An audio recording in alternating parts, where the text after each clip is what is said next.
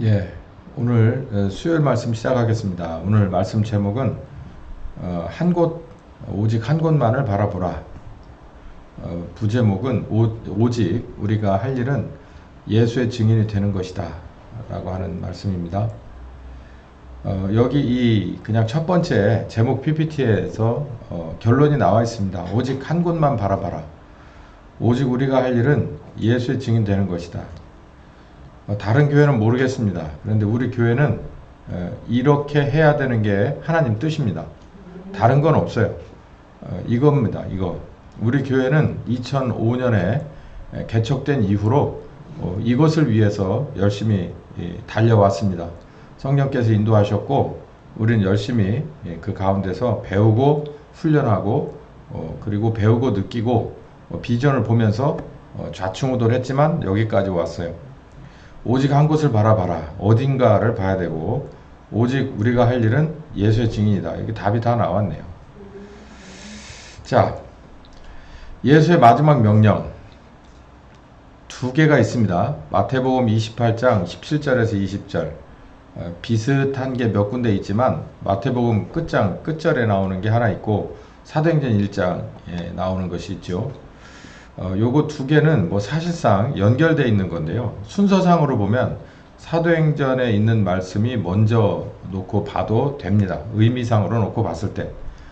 그런데 어쨌든 마태복음 먼저 보고 사도행전으로 넘어가려고 그래요. 마태복음 28장 17절에서 20절까지 이런 말씀이 있습니다. 예수께서 나와 일러 가라사대 하늘과 땅의 모든 권세를 내게 주셨으니 그러므로 너희는 가서 모든 족속으로 제자를 삼아 아버지와 아들과 성령의 이름으로 침례입니다. 침례를 주고 내가 너희에게 분부한 모든 것을 가르쳐 지키게 하라. 볼지어다 세상 끝날까지 너희와 항상 함께 있으리라 하시니라 라고 말씀하셨습니다. 다음에 읽을 사도행전도 물론 요 말씀하고 거의 비슷한 다른 마가복음이랄까요 이런 데도 보면 비슷한데요.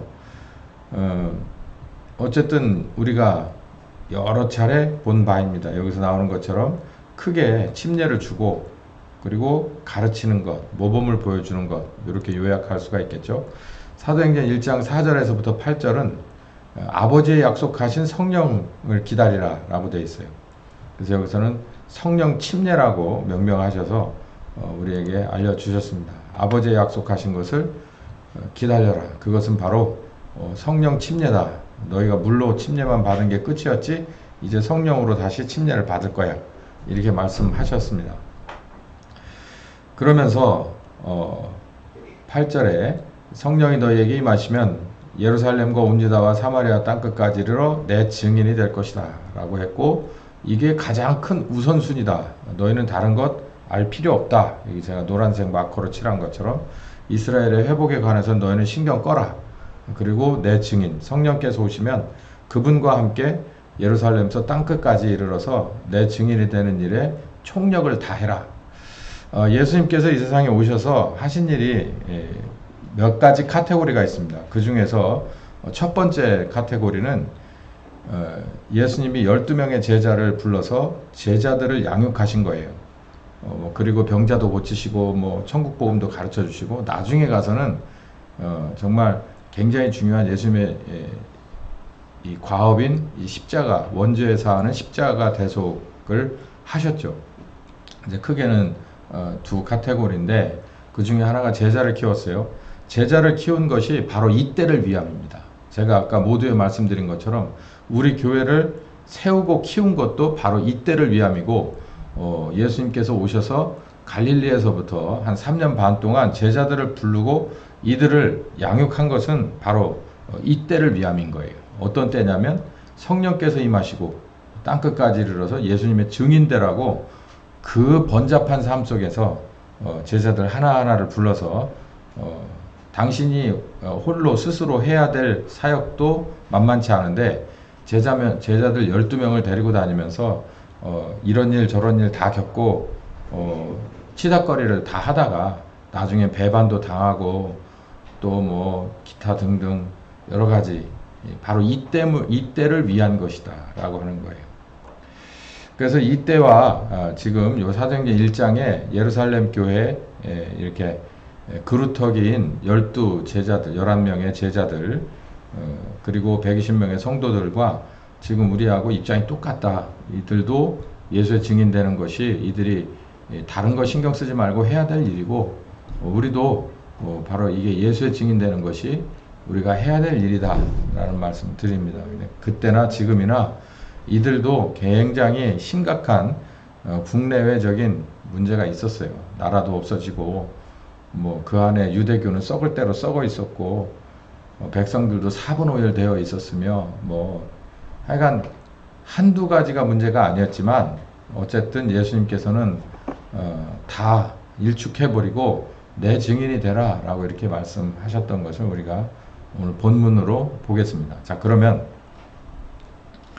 아까 처음에 봤던 마태복음 28장에 나오는 그 침례를 주고 가르치고 모범을 보이라고 하는 것은 읽었으니까 쉽게 정리하고 넘어갈 텐데요. 사도행전 2장 맨 마지막 단에서 이게 이루어진 것입니다. 성령께서 임하시고 나서 베드로가 설교하고 많은 사람들이 회심하고 돌아와서 마태복음 28장 19절에서 20절까지에 있는 명령은 여기에서 다 이루어졌어요. 그러니까 우리가 여기서 뭘 볼 수 있느냐면은 이게 그냥 단번에 이루어지는구나. 뭐가 여기 제자의 침례, 제자를 삼아 침례를 주고 분부한 모든 것을 가르쳐 지키게 해라 라고 하는 이 일이 여기에 보니까 한 번에, 여기 보니 수천 명이 한 번에 침례를 받고 돌아오고 제자가 돼서 이들에게 가르쳐 주고, 그리고 여기 보세요. 제자의 수가 3천이나 됐다. 침례를 받았다. 다 여기 다 있네요. 기사와 표적이 일어나서 서로 교제하고 떡을 먹고 서로 가르침을 받고 가르치라고 그랬는데 여기 가르쳤죠. 더 나가서 마태복음 끝장에 나오지는 않았지만 물건 통용하는 이런 것까지, 이것도 다 내가 너희와 항상 함께하리라는 말씀 안에 들어가 있는 거죠. 그래서 이런 일은 단번에 이루어지더라. 단번에. 그래서 마태복음의 명령을 수행하는 방법은 뭐냐면은 결론이 하나예요. 성령께서 제자들에게 임하시면 반드시 이루어지는 일이다. 그러니까 마태복음 28장에 나오는 얘기는 교회입니다. 교회. 지금 우리가 흉내내고 있는 교회를 말하는 거예요. 교회의 원형을 말하는데, 교회의 원형은 머리 대신 예수님의 이름으로 아버지가 보내신 성령께서 오시고, 그리고 나서 우리가 헌신된 우리가 있으면 그냥 자연스럽게 이루어지는 것이 마태복음 28장의 말씀이에요. 그러니까 마태복음 28장에 있는 명령을 수행하는 방법은 사도행전 1장으로 돌아온다. 오직 성령이 너희에게 임하시면 이라고 하는 8절로 다시 귀결된다. 이게 문제다. 이게 성령께서 너희가 임하시면, 성령을 기다리고, 그리고 기다리는 자들에게 성령이 임하시면, 오순절 성령이 임하시면 교회는 자연간 그렇게 이끌어갈 수밖에 없다. 왜냐, 머리와 몸이 하나로 연결되어 있기 때문에 머리가 계획하고 진행하는 대로 몸이 따라붙을 수밖에 없고, 그러면 온전한 교회가 이루어진다 라고 하는 거예요. 자, 그러면 핵심은 명령 두 번째거든요. 사도행전 1장 4절에 성령 침례를 기다려라 라고 하는 내용하고, 그리고 증인이 되라 라고 하는 거예요. 그러니까 성령 침례를 기다리고 증인이 되라. 요거가 이제 우리가 정신을 차려야 될 거예요. 그래서 오늘 말씀의 부제목이 예수의 증인 되는 것밖에 없다. 성령님을 기다리고, 기다렸다가 성령님 오시면 예수의 증인 되는 것이 바로 지금 우리들의 당면한 가장 큰 숙제다, 과업이다. 이게 아닌 다른 거에 한눈 팔면 안 된다. 이런 얘기입니다. 사도행전 1장 12절에서 26절 보면 이 사람들이 기다리기로 했습니다. 뭐를? 아버지가 약속하신, 예수님이 요청하고 아버지가 오더하신, 그러나 시간 차이가 살짝 있는 성령 침례를 기다리기로 했어요. 그리고 성령 오시면 증인이 되려고 한 거죠. 그래서 이 사람들이 몇몇 가지 일을 하면서 기다리고 있습니다. 자, 첫 번째 14절에 보면 마음을 같이 해서 기도에 힘썼는데 한 120명, 예수님의 친인척과 그리고 12명의 제자들 할 거 없이 한 120명이 모여서 기도하기 시작했어요. 그러면서 성령 침례를 기다렸습니다. 이건 뭐 말하나 마나 이 마음을 같이해서 기도했다는 건 성령 침례 약속하셨으니까 약속, 언약의 성취, 약속한 거 이루어 주십시오.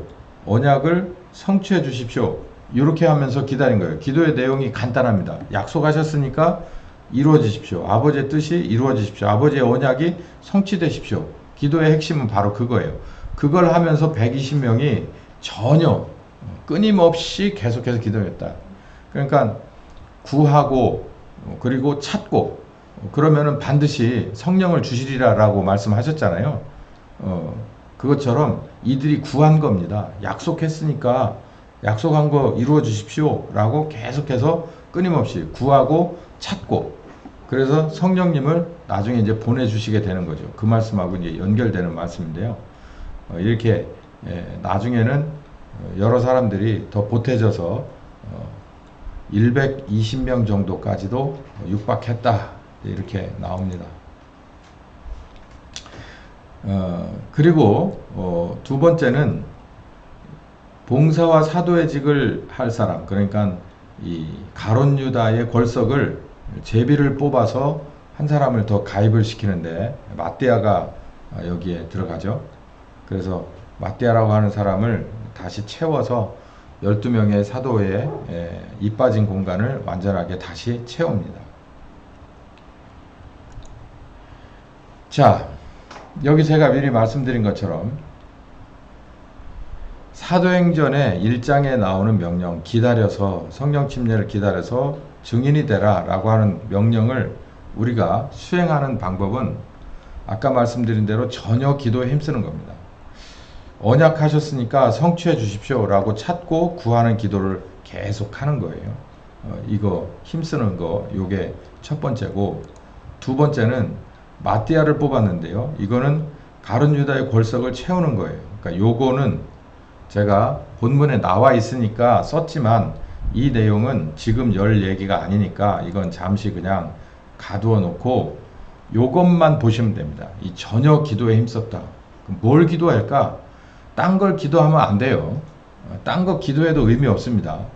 여기서 이들이 기도한 건 내가요 당장 지금 돈이 필요하거든요. 이런 기도한 거 아니에요. 이 사람들 뭐 내가 지금 당장 관계가 얽히고 설켰거든요. 이런 거 아니에요.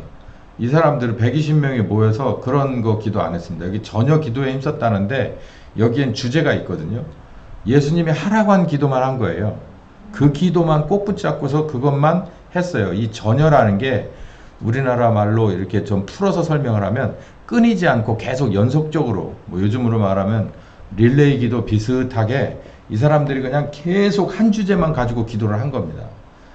근데 그 주제가 뭐냐면 약속하신 성령을 기다리라고 그랬으니까 그 약속을 성취해 주십시오. 이루어 주십시오 라고 하는 거예요. 기도 어렵지 않은 거예요. 이 기도는 정말 쉬운 거예요. 언약하셨으니까 성취해 주십시오. 약속하셨다며요. 성취해 주십시오. 이거 얼마나 하기가 좋은 겁니까?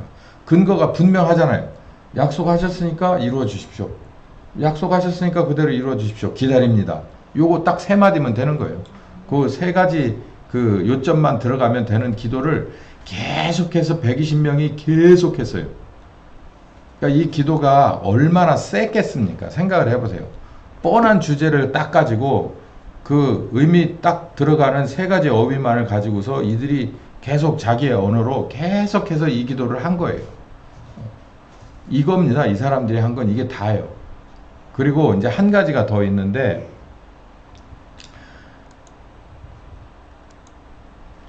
자, 여기 전혀 기도에 힘쓰다. 뭘? 아버지가 약속하신 성령 침례에 관한 기도예요. 언약을 성취해 주십시오 라고 하는 기도를 계속 했다는 거예요. 전혀 기도에 힘썼다. 무엇을? 어떤 기도인데? 바로 이렇게 이런 걸 기도했다는 얘기고, 두 번째는 8절에 보면, 여기 4절에 약속하신 것을 기다려 라고 했으니까 약속하신 성령 침례를 기다린 거고요. 8절에 가면 땅끝까지 이르러 증인이 되리라 하셨습니다. 그러니까 부활하신 예수 그리스도의 증인이 되겠습니다 라고 기도하라는 거예요. 자, 그럼 이건 뭘까? 이건 도대체 뭐라고 기도해야 되는 거냐는 거예요. 증인 되겠습니다. 증인 되겠습니다. 증인 되겠습니다. 성령님만 보내주면 그냥 무조건 증인 되겠습니다. 라고 하는 거 아닙니다. 그거는 앞뒤가 잘 안 맞아요. 이건 제가 처음에 말씀드린 대로 아버지가 약속하신 성령을 기다려라 라고 하는 건 정말 앞뒤가 딱 맞는 거예요. 아구가 맞아서 하나님도 여기에 대해서 어떻게 할 수가 없어. 꼼짝 말아요. 이거. 그런데 이건 그래요. 땅끝까지로 내 증인이 되리라 그랬으니까 증인 돼야지. 증인 되겠습니다. 라고 하는 이거는 아니에요. 이거는 좀 이렇게 방향 설정이 좀 너무 넓은 거예요. 이게. 그래서 이 말씀을 제가 조금 드릴 텐데, 제가 이제 여기에 뭐 PPT 여러 가지 것을 준비했는데요. 여기로 더 나갈 필요 없이 이 얘기는 그냥 제가 오늘은 말로 설명하고 말씀을 마칠 거예요.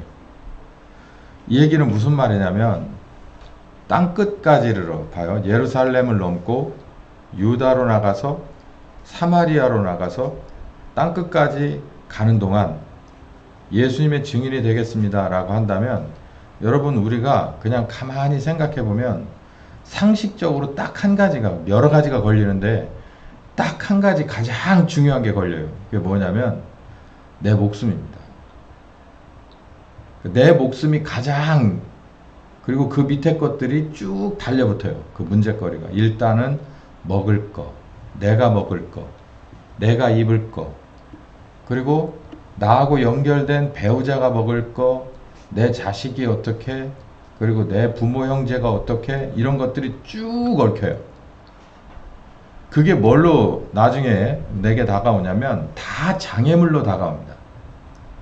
성경 말씀 그거 다 들이대라면 충분히 들이댈 게 신약에 다 나와 있어요. 구약에도 다 나와 있는데, 증인이 된다는 걸 내가 말로 해봐야 공수표라는 거예요. 의미가 없는 거예요. 왜냐면 가면서 조만한 장애물 탁 던져주면 그것 때문에 바짝 서버릴 건데, 거기서 묵 서가지고 더 이상 진출이 안 되는 거예요. 제가 이걸 좀 쉽게 설명을 할게요.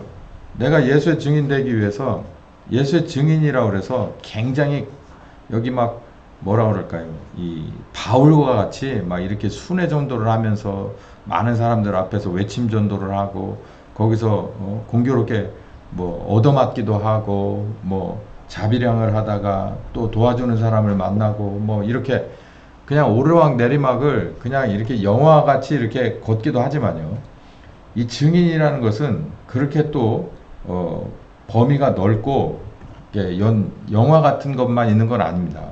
내 주변에서 있을 수 있어요. 내 주변에서. 내 주변에서 있는데 가장 손쉬운 데가 어디냐면 가장 가깝게 연결된 곳이에요. 그러니까 내 직장일 수도 있고, 그리고 내 가정일 수도 있습니다. 또 그것과 또 연결된, 그렇게 해서 연결된 아주 가장 가까운 곳이 내게 있어서 증인되는, 그게 바로 예루살렘이에요. 그 가장 가까운 예루살렘에서부터 문제가 발생해요.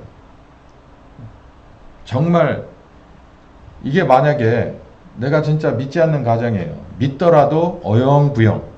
이 사람들이 믿는 가정이냐, 3대 4대째 믿는다는데 이거 뭐 믿는다고 하는 증거가 마땅치가 않은 그런 집들 있잖아요. 다 포함해서 해요. 그 사람들에서 뭐 목사가 선교사 뭐 이런 게 있든 없든 건 상관없어요. 그럼에도 불구하고 봤을 때 물음표가 많이 잡히는 그런 데 있어요. 그런 데를 포함해서 불신자의 가정까지 나하고 연결되어 있다면, 내가 그런 가족 출생이라면, 내가 또 그런 가족에 뭔가로 엮여 있다면, 그런 가족들 안에서, 그런 분위기 안에서 내가 증인이 될 수 있겠냐는 거죠. 그러면 얼마나 많은 좋은 화살, 나쁜 화살, 가짜 화살, 진짜 화살이 엄청나게 많이 달고 올 텐데 그거 감당 가능하겠냐는 얘기죠. 조금만 더 나가볼까요? 이제 유다로 나가면 이건 직장입니다. 대부분. 직장에서 모난돌이 정 맞는다고 관행이라는데 다 그렇게 가는데, 그냥 이거는 원리 원칙 따져서 내가 딱 이건 아니다라고 딱 선 긋고 나섰을 때 거기서 오는 또 여러 가지 화살들, 여러 가지 뭐 기타 등등이 여러분 감당 가능하겠냐는 거죠. 그러면 이유가 따라 붙어요. 좋은 게 좋은 거다. 그러면은 뭐 이런 게 뭐 가정적으로 네가 손해 본다. 네 애들이 손해 본다. 네 직장이니까 네가 잘못하면 잘릴 수 있다. 아니면 네 사업이니까 네 사업이 예? 거기에 뭐 문제가 발생할 수 있다, 뭐 기타 등등 이런 것들이 다 내 앞에 이렇게 장애물로 선다고요. 그러니까 증인되겠다라고 말만 하지 말고 이모 저모를 다 따져봐서 거기에 대해서 결단을 해야 된다는 얘기예요. 감당 가능하다. 내가 이렇다 하더라도 나는 이걸 놓칠 수 없다.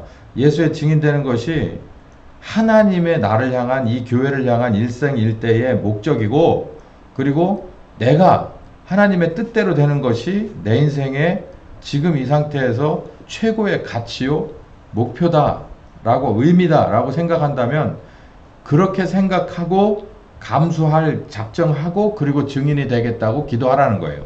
근데 누구는 했다는 거예요. 이 사람들 120명은 그렇게 기도했다는 거예요. 받아내기로 감수하고 기도했다는 거예요. 그러니까 첫 번째 성령 침례 주십시오 라고 하는 건 그거는 뭐 약속하신 거니까 주세요. 그러니까 빚쟁이처럼 가서 마구 두들기고 전화하고 안 받으면 쫓아가고 문에다가 메모 남기고 그렇게 하면 되겠지. 근데 그러고 나서 네가 증인이 될 수 있어 라고 하는 건 나도 이제 뭔가를 확신을 드려야 되잖아요. 그래야 성령 침례 주는 거예요. 성령 침례 달라고 하는 거는 앞뒤가 딱 맞아요. 근데 내가 너 성령 침례 주면 넌 증인이 될 수 있겠냐? 라고 되물어 보는 거예요. 그랬을 적에 우리의 속을 다 이렇게 보시는 분이 내가 할 수 있습니다 라고 얘기하는 것 가운데서 이거 한 10%는 되고 90%는 안 되겠네. 얘는 이게 약하고 저게 약하고 이런 장애물 앞에 툭 떨어지면 얘는 그냥 여지없이 그냥 무너지고 꼬리 내려버릴 거야. 그러면 성령 침례 없어요. 뭘로 줍니까? 증인이 되지도 않을, 줄 필요가 없는 거죠. 자, 이제 좀 더 가깝고 어떻게 보면 듣기 싫은 소리를 제가 좀 하겠습니다. 지금 우리들 여전히 다 우리 모두가 다 문제가 있어요. 이 문제 저 문제가 다 있어요. 심각할 수도 있고 심각하지 않지만 늘 있던 것도 있고 또 특별한 것도 있을 수 있어요. 그러나 여러분 개인에게 있어서 지금 가장 중요한 기도는 바로 이겁니다. 성령 침례를 기다리는 것과 제가 그래서 이 말씀 드리는 거예요. 이게 가장 우선이고, 그리고 내가 증인이 될 수 있느냐라고 하는 걸 신중하게 고민하고 준비해서 하나님한테 답안지를 써내야 돼요. 이게 지금 우리에게는 최고 지금 시급한 문제예요. 자시연도 마찬가지인데, 자시연은 뭐 여기 나와 있는 몇 분이 하시면 이거 잘 되면 여러분들 때문에 자시연은 살아날 거예요.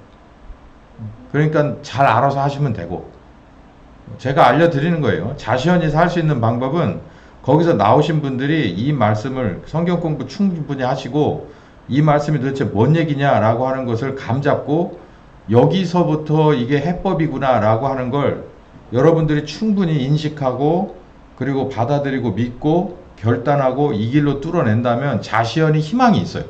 근데 그렇지 않고서는 희망이 없어요. 제가 항상 얘기한 대로 돼서 죄송한데 이재명이 나가지도 못하고 있잖아요. 그럼 이제 안에서 마구 두들겨 패요. 윤석열 사형 준다잖아요. 아니 그게 뻥카라고 하더라도 이게 감히 입에나 나올 수 있는, 뉴스에 나올 수 있는 얘기가 아니잖아요. 이게 지들이 뭐 엄청 싫어하는 박정희 정권 때 김대중이 사형 선고하는 거하고 비슷한데, 이게 뭐 진짜 그렇게 된다고 어떻게 뭐 모르겠지만 어쨌든 보세요. 밖에 나가서는 아 소리도 못하고 안에서만 계속해요. 이제 점점 정치적인 부분 이게 그냥 문어발처럼 쭉 나오는데, 그냥 뉴스가 너무 많으니까, 국내 뉴스 너무 많으니까 그냥 아주 쇼킹한 것들만 언론사는 그렇게 MSG를 치잖아요. 그러니까 뭐 윤석열 사형 뭐 예상된다 뭐 등등 뭐 이런 거, 그 많은 사람들이 막 헉하는 이런 거, 이제 뭐 교회 이런 것도 물밑 작업 계속 들어가 있죠. 신천지부터 손 본다잖아요. 그러면 또 멍청하게 신천지 손 본다니까 그냥 이런 일반 교회 목사들은 또 옛날처럼 또 좋아하려나? 미친 거죠. 그러니까 멸망하는 짐승만 또 못하다는 거예요. 한 번 당한 거는 내가 순진해서, 아니 저 사람이 교묘하고 내가 아무것도 몰라서 그럴 수 있지만 두 번 당하면 내가 멍청한 겁니다. 이게 살 길이에요. 자시연은 그렇다 치고 그리고 두 번째는 우리들도 마찬가지입니다. 여기 있는 하나침례 교회도 마찬가지예요. 개인과 가정마다 다 지금 풀리지 않는 숙제들이 다 있어요. 근데 여러분, 제가 단언하는데요, 다른 거 신경 쓰지 마세요. 뭔가 감정에 휘말리지 마시고 뭔가 합리적인 거라고 여러분 확신을 갖지 마십시오. 이게 답입니다. 이게 답. 성령께서는 지금 우리한테 요구해놓고 요걸 기다리고 있는 거예요. 이게 돼야 성령님이 움직이는 거예요. 제가 아무리 생각을 해봐도 성령께서 좀 움직이셨으면 좋겠어요. 그러니까 한 번에 막 이만큼은 아니더라도, 거대한 바람은 아니더라도 정말 작은 데서부터 좀 움직이셨으면 좋겠는데 라고 하는 답답증이 좀 있었거든요. 근데 가만히 생각해 보니까 그게 아니에요. 아, 우리가 해야 될 일이 있는 거예요.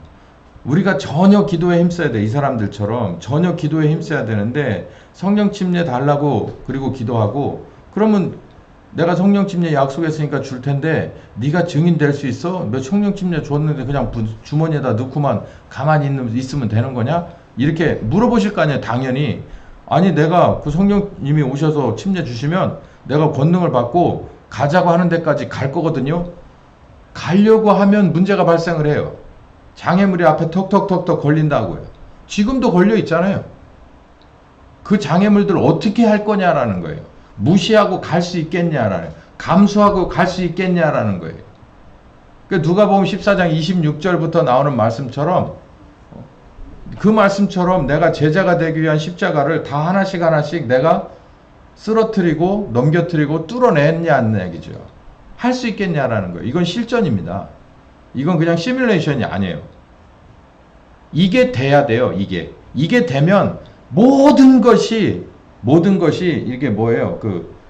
뭐 하나 넘어뜨리면 쭉 하고 연쇄적으로 넘어가는 거 있잖아요. 그거 넘어가는 것처럼 그냥 다 넘어갑니다. 성령께서 움직이시면 우리 개인의 문제라든가 가정의 문제라든가 크고 작은 이 교회 안의 문제뿐만 아니라 우리 때문에 다른 문제들도 다 하나씩 하나씩 해결의 국면으로 들어가기 시작하는 걸 믿으시기 바랍니다. 이건 제 얘기가 아니고요. 성경이에요. 우리가 초대교회의 이 사도행전 첫머리를 도대체 수십 번 이상을 본문 삼아서 계속해서 그냥 가상 공간에서 그려볼 정도로 우리가 다 해봤잖아요. 이들이 하라고 한 걸 똑바로 했고, 그리고 때가 딱 되니까 준비된 장작불에 그냥 불이 탁 던지니까 그냥 확 달아올라 버린 거예요. 그래서 예루살렘이 완전히 초토화돼 버린 거예요. 성령께서는 예루살렘을 먼저 태웁니다. 그리고 유다로 넘어가고 사마리아로 넘어가고 순차적으로 넘어가거든요. 여러분들 풀리지 않는 문제가 있어요. 정말 이거는 오래된 문제야. 이건 정말로 큰 문제야. 성령께서 딱 움직이기 시작하면 이 타이밍에, 제가 아까 모두에 말씀드렸듯이 하나침례교회는 이때를 위한 거예요. 이때를 위한 거라 저 같은 사람을 저 멀리서도 끄잡아 당겨다가 여기다가 갖다 박아놓고 그리고 하는 거예요. 그러니까 이때를 위한 건데 네가 지금 뭐하냐 그러고 잡아 당겨다가 여기다 갖다 놓고 하는 거예요. 딴 거 생각하지 마세요. 딴 거 신경 쓰지 마시고 오늘 예수의 증인 되겠다라고 하는 그 말씀의 약속을 지킬 생각을 하세요. 내가 예수의 증인 되라고 성령 오시면 내가 지금처럼 빌빌 거릴 거냐 이거예요. 빌빌. 지금처럼 뭐 이거 뜨겁지도 않고 차갑지도 않게 이럴 거냐는 거예요. 우리가 억지로 하자는 게 아닙니다. 억지로 제가 시킬 생각도 없어요. 할 수도 없어요. 그렇기 때문에 제 말씀 안 드립니다. 그러나 여기서 하란 대로 한 계단 올라가서 성령께서 내려오시면 그 다음부터는 여기 있는 그대로, 아니 이 첫 번째 이 버전보다 훨씬 더 강력하게 역사할 거라고 저는 믿어요. 그게 바로 성령님의 능력입니다. 그러니까 우리가 해야 될 거예요. 땅끝까지 이르러 내 증인이 되리라.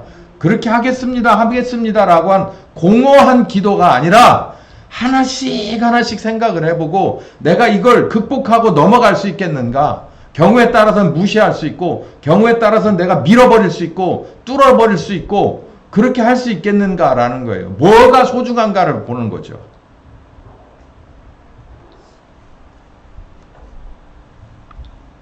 성령 침례를 주시는 것, 그리고 달라고 하는 데는 이유가 있습니다.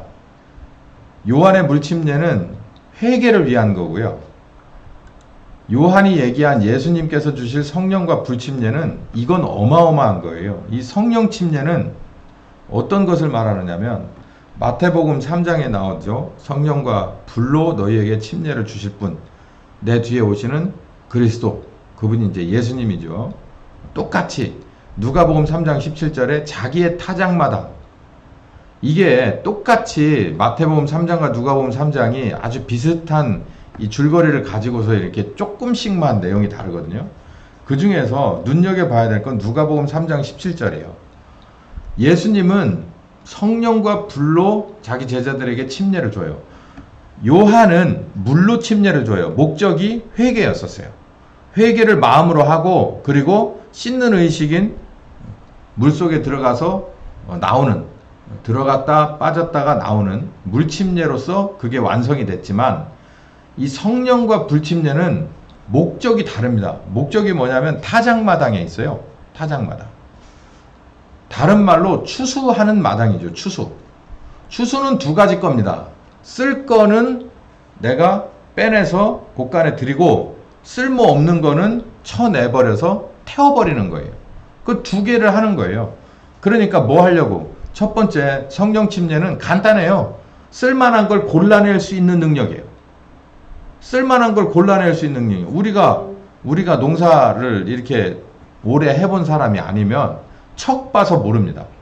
이거 쓸 수 있을라나? 그래서 그냥 이렇게 들어보느라고 정신을 못 차리지만, 이게 기술이 있는 사람들은 척 보면 알아요. 그래서 뭐 만져볼 것도 없이 툭 건드려 보면, 아, 이거는 안에가 벽거나 이거는 병들었거나 알고, 이건 딱 보니까 괜찮아. 그래서 툭 건드려 보니까 아, 이거 괜찮아. 탁 만져보면 알아요. 그래서 그냥 척 보면 알아요, 진짜. 그래서 그냥 정말 귀신같이 뽑아내요. 그리고 귀신같이 골라냅니다. 그런 능력이 있는 거예요. 그게 바로 성령 침례예요. 그게 추수할 수 있는 능력이에요. 이게 알곡이고 이건 쭉정이고 라고 하는 걸 딱 구분할 수 있는 겁니다.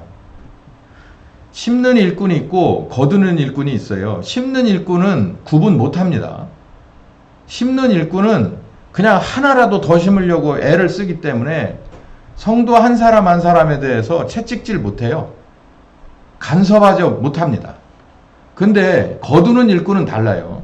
거두는 일꾼은 어떻게 해야 되는지를 압니다.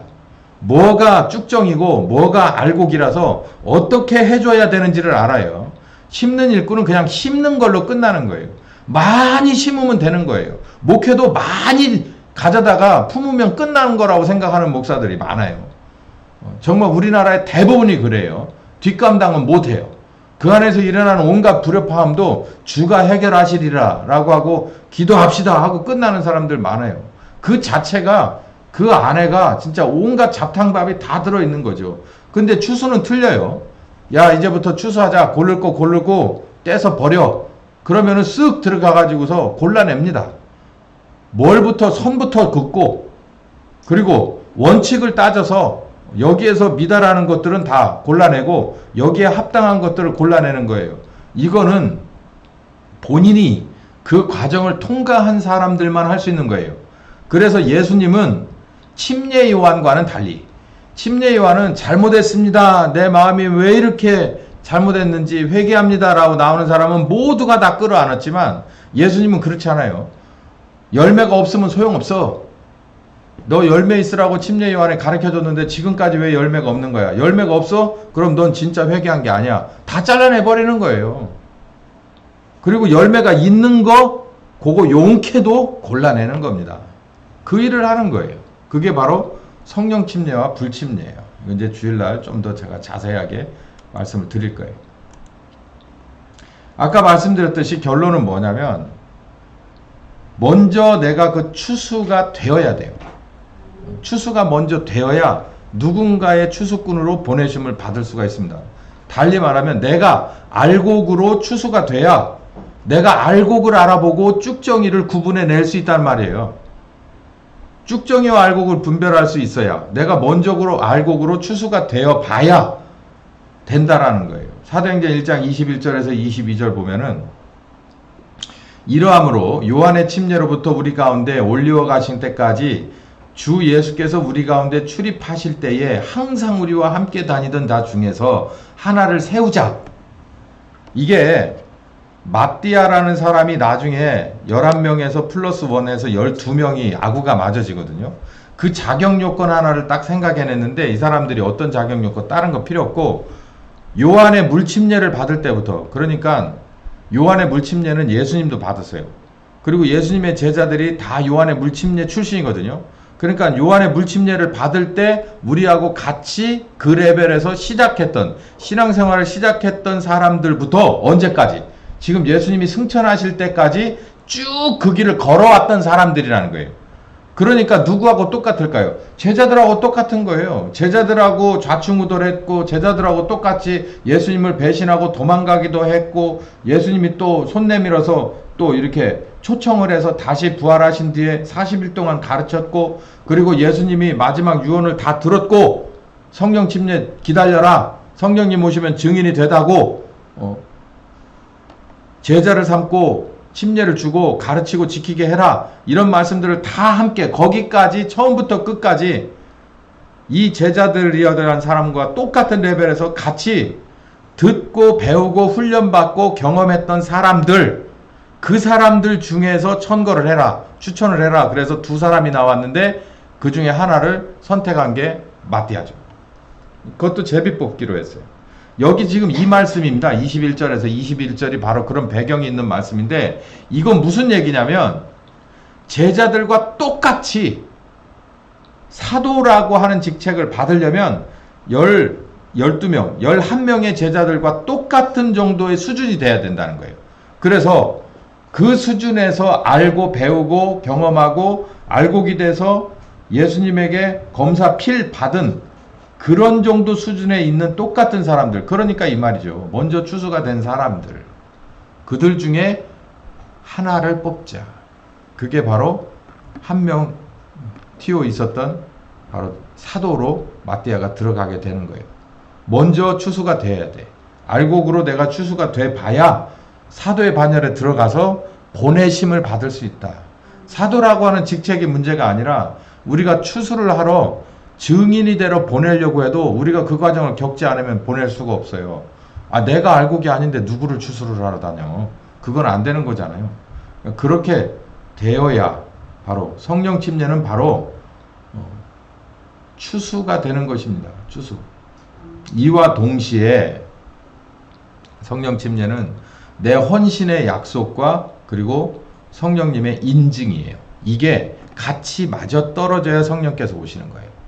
마지막으로 너는 이제 알곡이구나 라고 공인도장을 탕 찍을 때 그때 내가 내놓아야 될 게 있어요. 내 손에서 내놔야 될 게 있는데 그게 뭐냐면 내가 땅끝까지 이르는 증인이 되겠습니다 라고 하는 결심을 내놔야 돼요. 그 결심을 내놓으면 그것까지 받습니다. 네가 제대로 배웠냐? 그리고 훈련 받았냐? 그리고 경험했냐? 그리고 열매가 있느냐? 라고 보고, 그리고 마지막으로 네가 이제 증인이 될 준비, 헌신의 준비가 됐느냐? 라고 그걸 요구하는 거예요. 그래서 그걸 쭉 검사를 해보고 전부 합격 기준에 맞으면 도장을 찍어주는 거예요. 그게 바로 성령 침례입니다. 성령 침례를 기다리라고 하는데 우리가 내놓을 게 있다는 걸 잊어버리면 안 돼요. 달라고만 하는 거예요. 약속했으니까 성취해달라고 하는 거 쉽죠. 근데 나도 내놓을 게 있다고. 그게 헌신이에요. 내가 나를 드릴 수가 있겠냐라는 헌신이죠. 예수님 부활의 증인, 그리스도의 증인은 헌신 내놔야 됩니다. 헌신을 내놔야 될 게 왜 그러냐면 생명은 생명으로만이에요. 그래서 예수님이 우리를, 죽을 자인 우리를 살리려고 자기의 생명을 내놨거든요. 하나님이 자기 아들의 생명을 내놨어요. 그리고 내가 아닌 또 다른 사람을 위해서 이제는 예수님께서 생명을 들고 가시는 거예요. 그럴 때 우리를 초청하는 거예요. 네가 이 양들을 칠 수 있겠냐, 먹일 수 있겠냐, 이렇게 우리에게 손을 내미는 거야. 같이 가자고 하는 거예요. 예수님이 가실 때는 처음 가실 때는 혼자 가셨지만, 그래서 사도행전 1장 4절과 8절에 성령께서 오실 때까지 니네는 기다려라. 그리고 오시면 같이 가라 라고 얘기한 거예요. 이제부터는 예수님은 혼자 갔지만 이제 아버지의 이름으로 추수하러 보내신 성령은 같이 가요. 한 세트로 가는데 성령님하고 누구하고? 사도하고 증인하고 같이 따라서 한 세트로 가기 때문에 예수님의 증인, 그리스도의 증인은, 부활한 예수 그리스도의 증인은 우리도 뭘 내놔야 되냐면 생명을 내놔야 돼요. 예수님도 생명을 내놓고 가는 거잖아요. 그럼 우리도 생명을 내놓고 가야 된단 말이에요. 그러니까 우리들의 생명이 꼭 갈 때마다 우리들의 피가 필요한 건 아니에요. 그러나 원칙이 있어요. 예수님이 하나의 생명을 살리려고 생명을 내놔버렸잖아요. 십자가에 내놔버렸잖아. 그러면 그 정도 급인데 우리는 그냥 따라다니면서 그냥 구두나 닦아드리고 가방 묻지나 하고 이렇게 하면 되겠지 뭐. 그러고 때 되면 그냥 주시는 세경 받아가지고 이게 그건 사꾼이고, 선한 목자는 생명을 거는 거예요. 그러면 따라가려면 우리도 생명을 걸고 따라오라는 거예요. 아니 저분이 생명을 걸었는데 내가 왜 생명을 걸어? 못 따라가요. 그러니까 그러면은 성령 침략 안 와요. 이게 정말 심각하지만 우리가 이 심각한 것을 아주 일반적으로 받아들여야 될 건 이 원칙이에요. 생명은 생명으로 해요. 다른 애가 있으면 갚아라. 생명은 생명으로 갚아라. 눈은 눈으로 갚아라. 이는 이로 갚아라. 손은 손으로, 발은 발로 갚아라.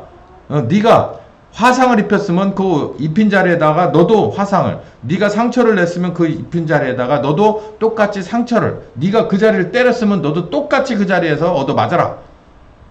그러니까 우리가 죄 없는, 우리는 죄가 있지만 죄 없는 우리 때문에 생명을 내대고 나오신 예수님이에요. 생명을 들고 나왔다고요.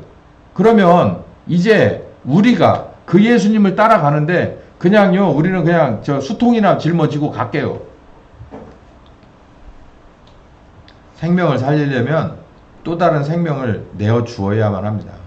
우리 생명을 내주는 것보다 예수님의 생명은 이미 영원한 생명으로 지금도 준비가 되어 있어요. 근데 그걸 수종들 만한, 수행할 만한 우리도 그 정도급 생명을 우리가 내놓지 않고서는 갈 수가 없다고. 따라갈 수가 없어요. 가다가 서요. 가다가 서. 그러니까 누가복음 14장에 나오는 제자의 자격 중에서 거의 마지막에 가서가 있는 게 뭐예요? 네 목숨 얘기를 하잖아요. 다 버려요. 다 버릴 수 있어. 뭣도 버리고 뭐 부모도 버리고 형제도 버리고 자식도 버리고 배우자도 버리고 다 버릴 수 있는데 자기 생명 버릴 수 있겠냐라고 하면은 덜컥 하는 거예요. 그거는 본능입니다. 그 다 장애물로 걸린다는 거예요. 그 증인으로 따라갈 수 없다는 거예요. 우리가 내가 뭔가 석연치 않은 부분이 있으면 반드시 그 석연치 않은 부분이 내 앞에 딱 서게 돼 있다라는 겁니다. 아들의 십자가 대속이 나를 살렸으면 나도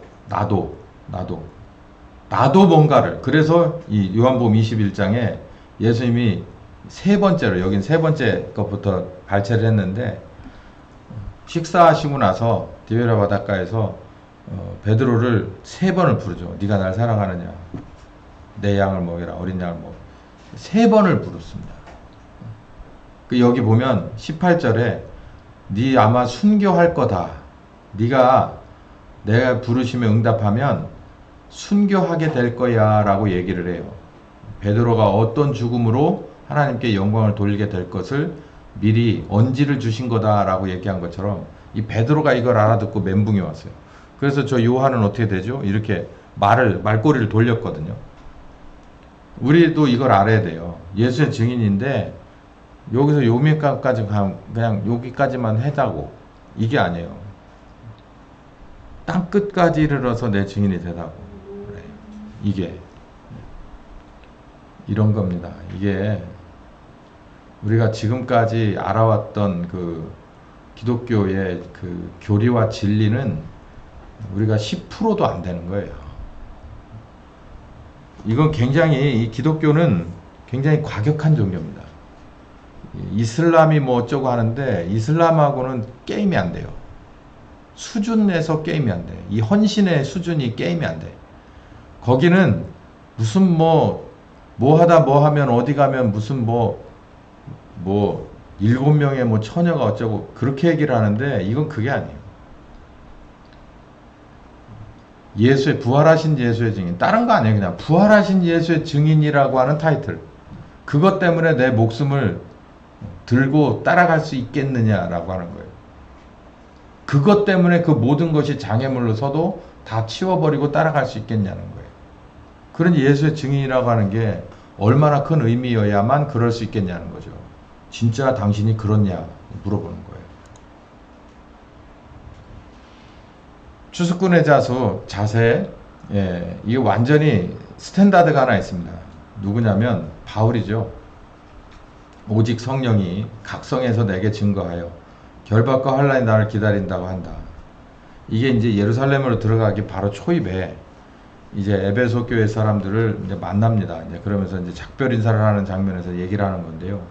저는 처음에 바로 요 에베소 교회 사람들을 만나기 직전, 그러니까 3차 전도 여행으로 이제 들어가는 초입에서 요즘에 각성해서 내가 이런 영감을 받았다라는 얘기인 줄 알았어요. 근데 가만히 다시 읽어보니까 그게 아니라 바울은 자기가 사도로 부르심을 받아서 들어가는 성에서마다 자기는 뭘 느꼈냐면 결박과 환난을 느낀 거예요. 결박과 환난을. 그리고 이 결박과 환난이 무엇으로 종결될 것이다. 순교로 종결될 것이다 라고 하는 것을 애초에 알고 들어간 사람이에요. 그래서 자기가 그 성을 옮길 때마다 전도하러 다음 성으로 그리고 그 다음 성으로 갈 때마다 어디서는 호의적이었고 어디서는 악의적으로 자기가 환난을 당했지만 그런 것과는 상관없이 각각의 성에서 자기가 성령님께서 결박과 환난 그리고 순교가 기다린다라고 하는 이 뭐랄까요, 헌신자에게 있어서의 그 어두운 면이라고 할까, 아픈 면, 그림자진 면, 이게 늘 있어 왔다. 그럼에도 불구하고 나의 달려갈 길과 주 예수께 받은 사명, 곧 하나님의 은혜의 복음을 증거하는 일을 마치는데, 내 임무를 수행하는, 완전히 마치는 데까지는 내 생명을 귀한 것으로 여기지 않는다. 이거요, 실질적인 얘기입니다. 실질적인 얘기. 이런 거예요. 자긴 지금 죽어가지만, 이런 거입니다. 자기는 지금 살아날 수 없는 병에 걸려서 하루 저녁을 견디기가 어려운 하루하루를 연명하는 식으로 난 죽어가지만, 그럼에도 불구하고 내게 맡겨진 사명은 끝까지 감당할 수밖에 없어 라고 하는, 이거는 정말 독한 결단입니다. 이건 정말 무서운 얘기예요. 이걸 막을 수 있는 사람은 없습니다. 못 막았어요. 바울. 우리에게 이게 있어야 한다는 얘기예요. 이게 좌파가 이거 이길 수 있어요? 못 이겨요. 그래서 이긴다는 거예요. 빛이 어둠을 이긴다는 거예요. 그래서 근데 빛인 척 하는 사람들이 이게 없기 때문에 지는 겁니다.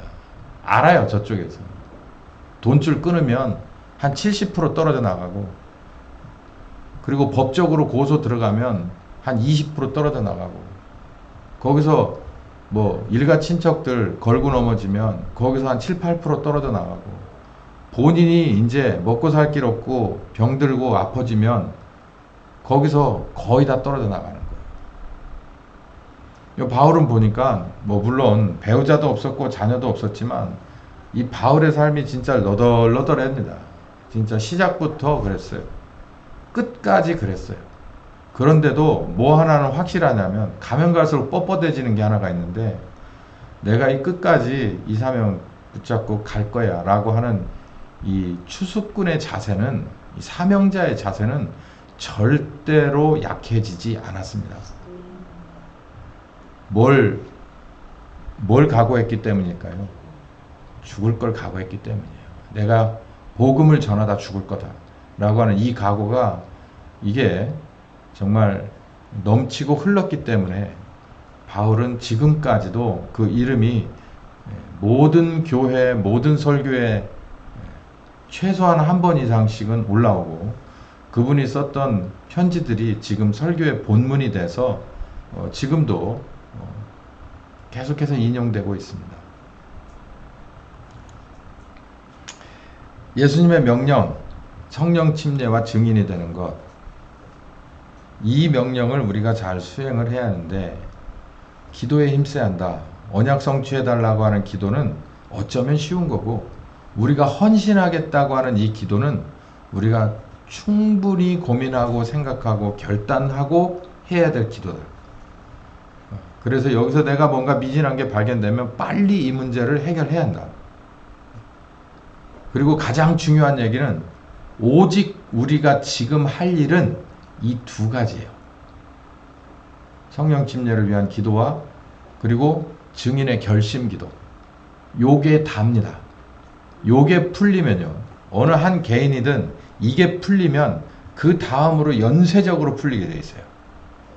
어떻게 풀려요? 사도행전 2장식으로 풀려요. 어떻게 풀려요? 사도행전 4장으로 풀려요. 그렇게 풀려요. 성령께서 쓱 강림하시면서 더군다나 오순절 성령께서 강림하시면서 그 앞에 문제거리는 있을 수 없어요. 하나님의 뜻대로 다 이루어질 줄 믿습니다. 기도하겠습니다. 감사하신 하나님, 지금이 어느 때입니까? 우리의 사사로운 것들, 모든 것들은 다 뒤로 하고 하나님이 우리 교회에게 원하시는, 우리를 지금까지 20여 년 동안 기르시고 함께 하셨던 목적이 이루어지는 시점이 아니겠습니까? 초대교회 사람들을 본받아서 우리가 성령 침례를 위하여 기다리는 언약 성취의 기도를 열심히 할 수 있게 하시고, 그리고 우리가 그 성령 임하셨을 때 정말 명령하신 대로 예루살렘에서 유다와 사마리아 땅끝까지 지체 없이 따라 나설 수 있는 준비가 되었는지를 고민해 보게 하여 주시옵소서. 이게 지금 우리에게 원하시는 것인 줄을 믿습니다. 예수님의 이름으로 기도했습니다. 아멘.